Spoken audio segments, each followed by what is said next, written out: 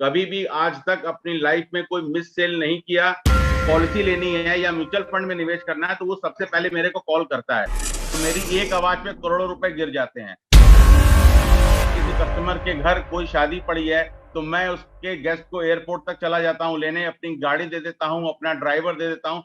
आज भी मैं अखबार के फुल पेज पे 3 लाख रुपए का ऐड देने में बिल्कुल घबराता नहीं हूँ। ने किसी 300 कस्टमर को संतुष्ट कर लिया तो 600 होते टाइम नहीं लगेगा और वो 1200 होते टाइम नहीं लगेगा। सर 47 लाख कंपनी ने ऐसे दिए जैसे कि ये 470 रुपए दे रही है। अगर मेरे किसी एडवाइजर का क्लेम लगता है कि ये फर्जी है तो मैं उसको डिनाइल भी करवाता हूँ। जो एडवाइजर कमीशन दे के बिजनेस उठाता है उसका बहुत ज्यादा भविष्य नहीं है।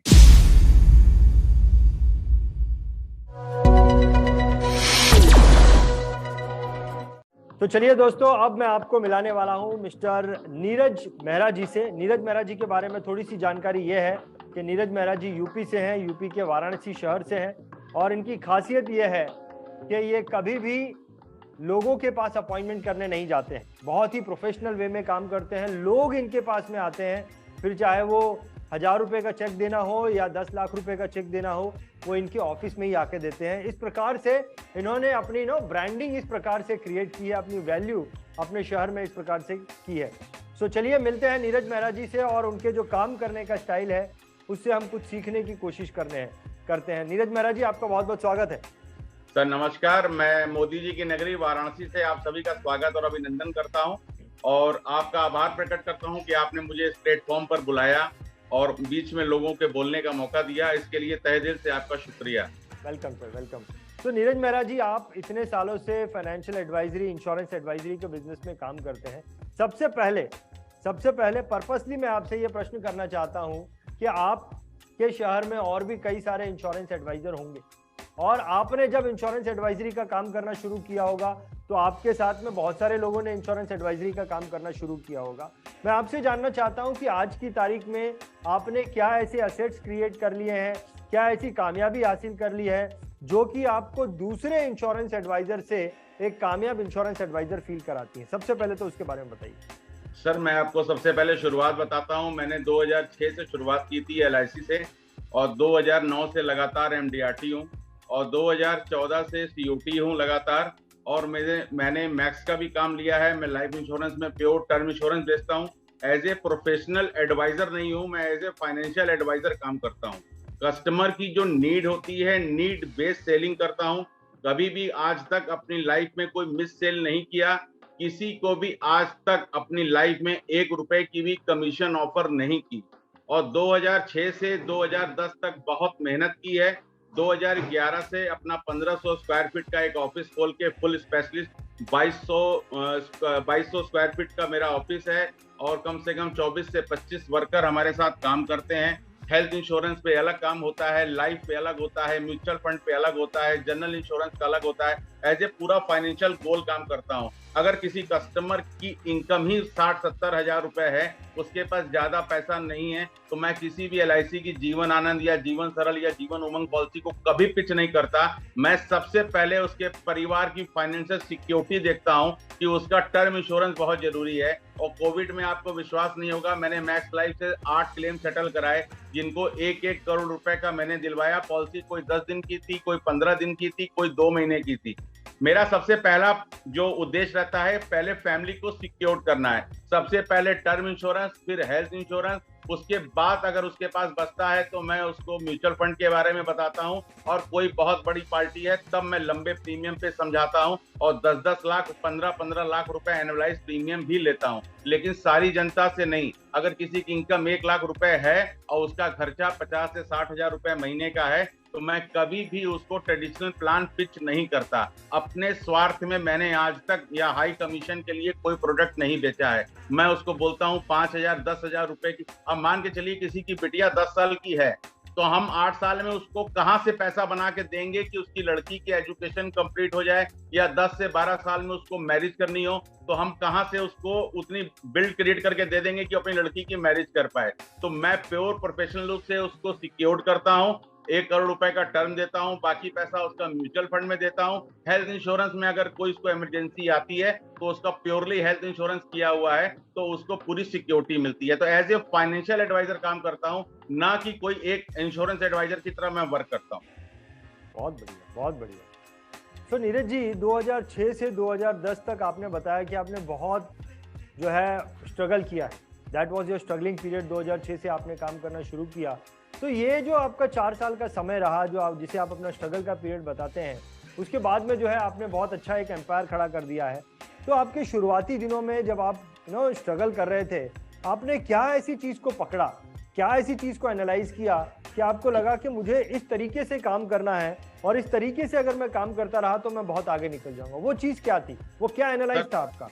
सर, जैसे कि आप ज्यादातर एजेंट देखेंगे एलआईसी के जो होते हैं, ब्रांच में जाते हैं, 3-3, 4-4 घंटे बैठते हैं और वहां पे कोई भी रिवाइवल होता है या रिन्यूअल होता है उसको कराते हैं, पूरा दिन अपना एलआईसी के ऑफिस में किल कर देते हैं। मैं लाइफ में आज तक एलआईसी के ऑफिस में 3 या 4 बार गया हूँ।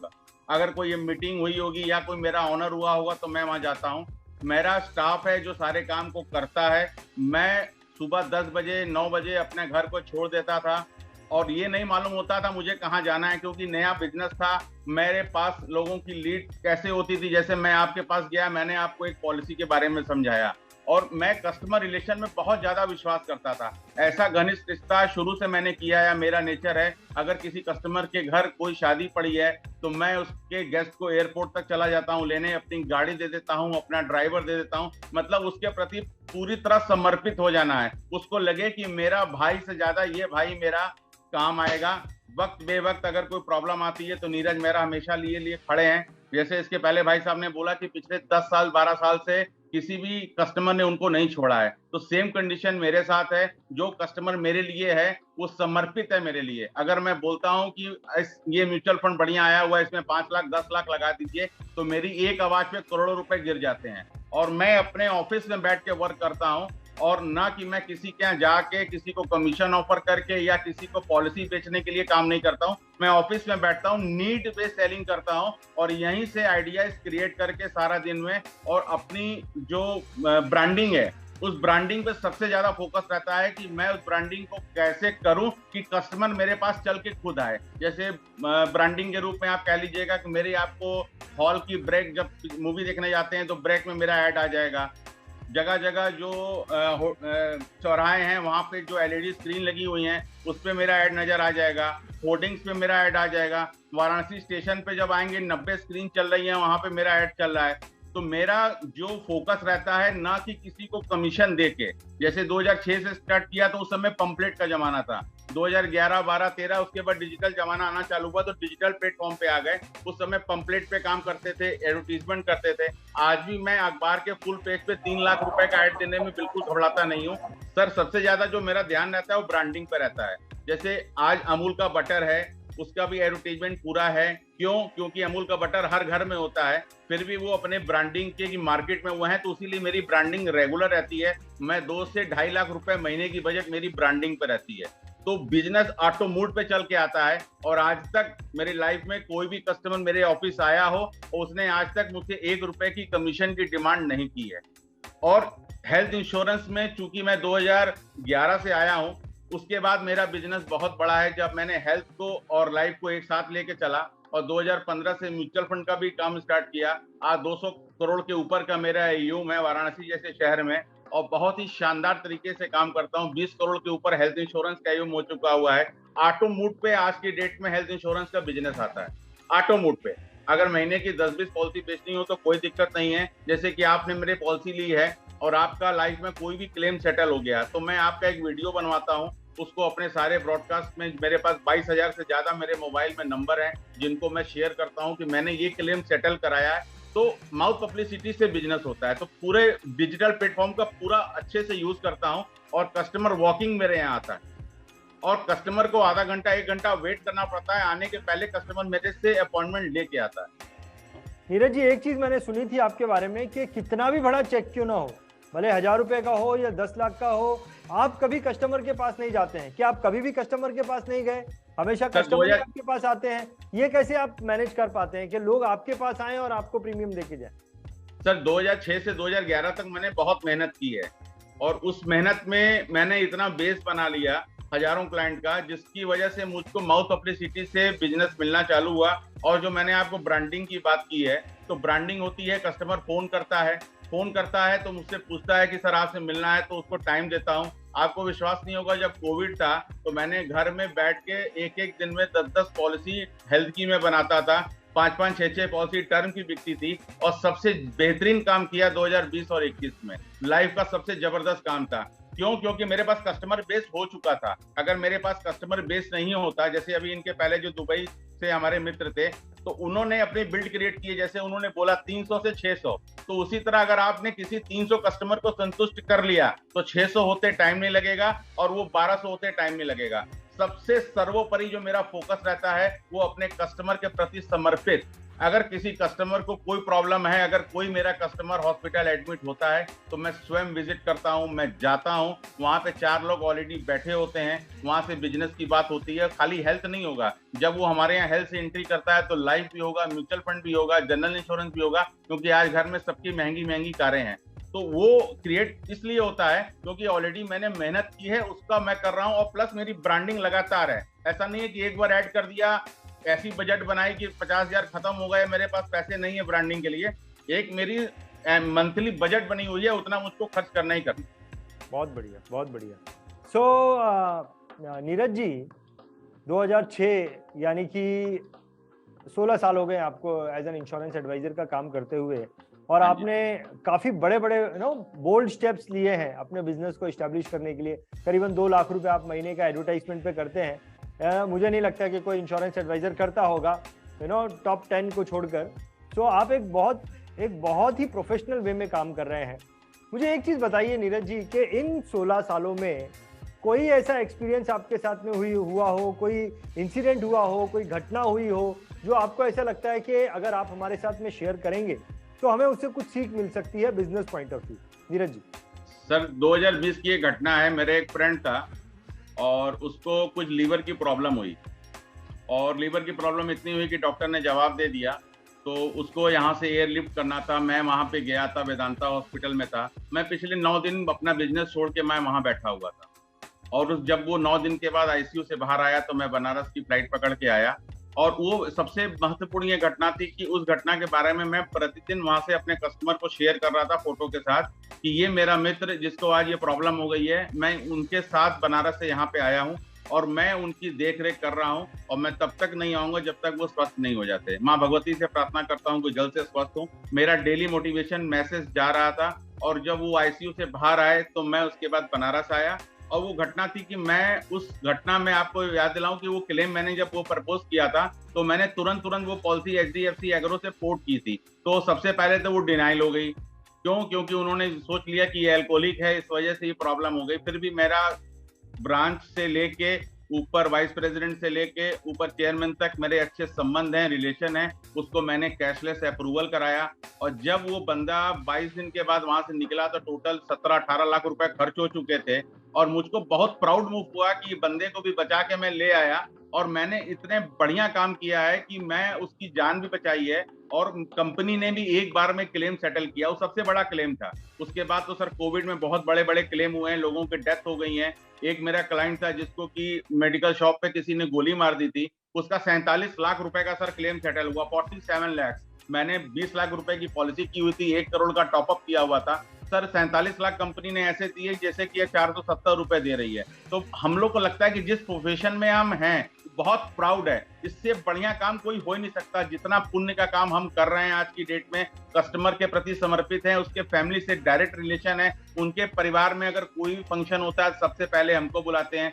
हर दुख दर्द में हम उनके साथ खड़े होते हैं, हर सुख के काम में उनके साथ खड़े होते हैं। कोई भी अपॉर्चुनिटी मैं नहीं छोड़ता, अगर उनके घर में कोई फंक्शन है तो वहां जाएं। तो सबसे बड़ी बात ये लगा, प्राउड मूव हुआ कि अगर हम किसी के लिए कोई क्लेम दिला पाए तो हमने उसका फैमिली सिक्योरिटी बहुत किया। अगर आज उस बंदे का मेरे पास म्यूचुअल फंड में 1 करोड़ रुपया रखा भी हुआ था तो सारा पैसा निकल जाता बीमारी पे। और आज वो घटना है कि हर साल उनका 10 से 15 लाख रुपया लग रहा है, कंपनी दे रही है। तो एक बहुत बड़ा बेस स्टार में हो गया। उसके बाद ही मैं अपने क्लेम को कंट्रोल करता हूँ, गलत पॉलिसी नहीं बेचता हूँ, सारा कुछ कस्टमर को समझाने के बाद बेचता हूं। मेरा क्लेम रेशियो बाकी और एडवाइजर से देखेंगे तो मेरा क्लेम रेशियो मात्र 20 से 25% है, जबकि लोगों का कोविड में 110% तक क्लेम रेशियो चला गया था। मेरा बिजनेस बहुत बड़ा है, मेरा प्रोफाइल बहुत बढ़िया है, उसके बावजूद कि मेरा क्लेम पे कमांड बहुत तगड़ी रहती है। अगर मेरे किसी एडवाइजर का क्लेम लगता है कि ये फर्जी है तो मैं उसको डिनाइल भी करवाता हूँ, स्पेशली कि इस क्लेम को पूरी तरह से जानकारी ली जाए और ये क्लेम मुझको लग रहा है कि गलत है, बाकी आप इसकी इंक्वायरी कराइए। तो मेरे ये साख बनी है कंपनी में कि अगर कोई गलत क्लेम है तो मेहरा जी कंपनी के बारे में सोचते हैं, उस क्लेम को रिजेक्ट भी कराते हैं। और क्लेम अगर कोई रिजेक्ट हो जाता है तो अगर मेरा कोई क्लेम जेन्युइन है तो उसके लिए मैं लड़के करवाता भी हूँ और कैशलेस कराता हूँ। ये नहीं कि रिम्बर्समेंट करा लिया, कस्टमर को वहां 4 लाख 5 लाख देने पड़ गए, पूरा कैशलेस ईमानदारी से। और जब तक उसका कैशलेस नहीं हो जाता है मैं लगा रहता हूँ, और जितने दिन कस्टमर हॉस्पिटल में रहता है एक बार जाके मिलता हूँ। अगर कोई बड़ा क्लाइंट है तो मुझको दिल्ली भी जाना पड़े तो मैं तुरंत जाता हूँ, एक दिन हालचाल लेके फिर बैक हो जाता हूँ। कस्टमर को लगता है कि ये बंदा मेरे परिवार का कोई सदस्य नहीं आया, ये बंदा पहुंचा। तो ये काम करने का एक स्टाइल। बहुत बढ़िया, बहुत बढ़िया। नीरज जी, आपके सामने बहुत सारे फाइनेंशियल एडवाइजर है, ये प्रोग्राम ही हमने बनाया है इंश्योरेंस एडवाइजर्स के लिए, फाइनेंशियल एडवाइजर्स के लिए। आप एक दूसरा फाइनेंशियल एडवाइजर, इंश्योरेंस एडवाइजर अपने बिजनेस पे ग्रो कर सके। बहुत सारी चीजें आपने बताई है, लेकिन जाते जाते आप उन्हें क्या सलाह देंगे उनके बिजनेस को ग्रो करने के लिए? सर, मैं सबसे पहले सलाह दूंगा कि जो एडवाइजर्स, मेरे को नहीं मालूम कौन क्या करता है, जो एडवाइजर्स कमीशन दे के बिजनेस उठाता है उसका बहुत ज्यादा भविष्य नहीं है, एकदम क्लियर कट बता रहा हूं। और ये जो बिजनेस लोग पार्ट टाइम करते हैं, जैसे मान लीजिए कोई जॉब भी कर रहा है, उसने पार्ट टाइम कर लिया, तो अब आने वाला जो समय आ गया है वो पार्ट टाइम बिजनेस का बिल्कुल नहीं है।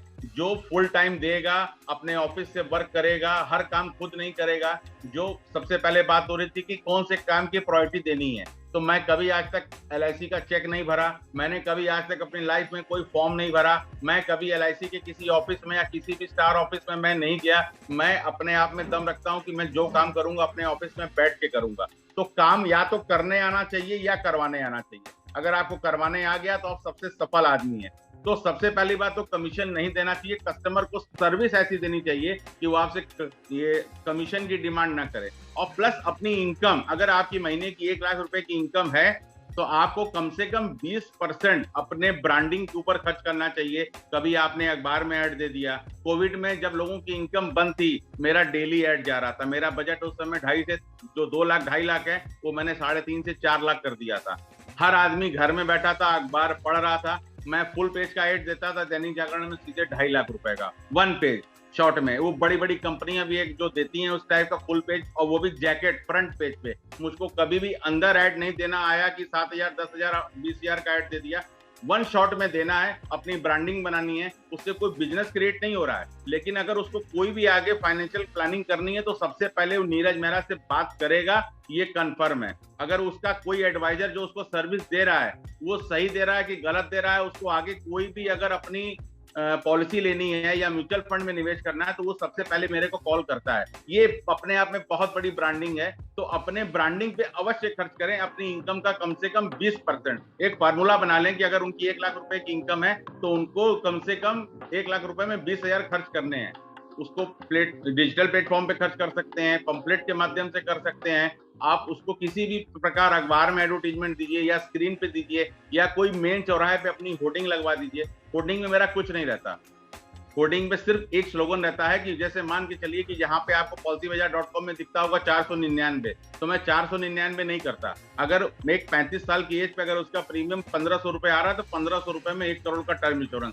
तो कस्टमर को लगना चाहिए कि मैं 1,500 रुपए दूंगा तो मेरा ये 1 करोड़ का टर्म इंश्योरेंस हो जाएगा। और नीचे लिखा रहता है कि ये प्रीमियम 35 वर्ष की आयु पे निर्धारित किया गया है। इससे कम का प्रीमियम कम हो सकता है, ज्यादा उम्र का प्रीमियम ज्यादा हो सकता है। तो क्लियर कट आप काम करेंगे, लॉन्ग टर्म बिजनेस करना है तो आपको हर चीज ट्रांसपेरेंट रखनी होगी। बहुत बढ़िया, बहुत बढ़िया नीरज जी। मैं बोलता हूँ आपने, आई डोंट नो यहाँ पर जितने लोग हैं उनके रोंगटे खड़े हुए कि नहीं हुए, लेकिन मेरे रोंगटे खड़े हो गए आपको सुनते सुनते। बहुत ही प्रभावित करने वाली बातें आपने बोली है नीरज जी, बहुत ही वैल्यूएबल बातें आपने बोली है। मैं आपका बहुत बहुत धन्यवाद करना चाहूंगा नीरज जी, आपके इस एक्सपीरियंस को हमारे साथ में शेयर करने के लिए। बहुत बहुत धन्यवाद।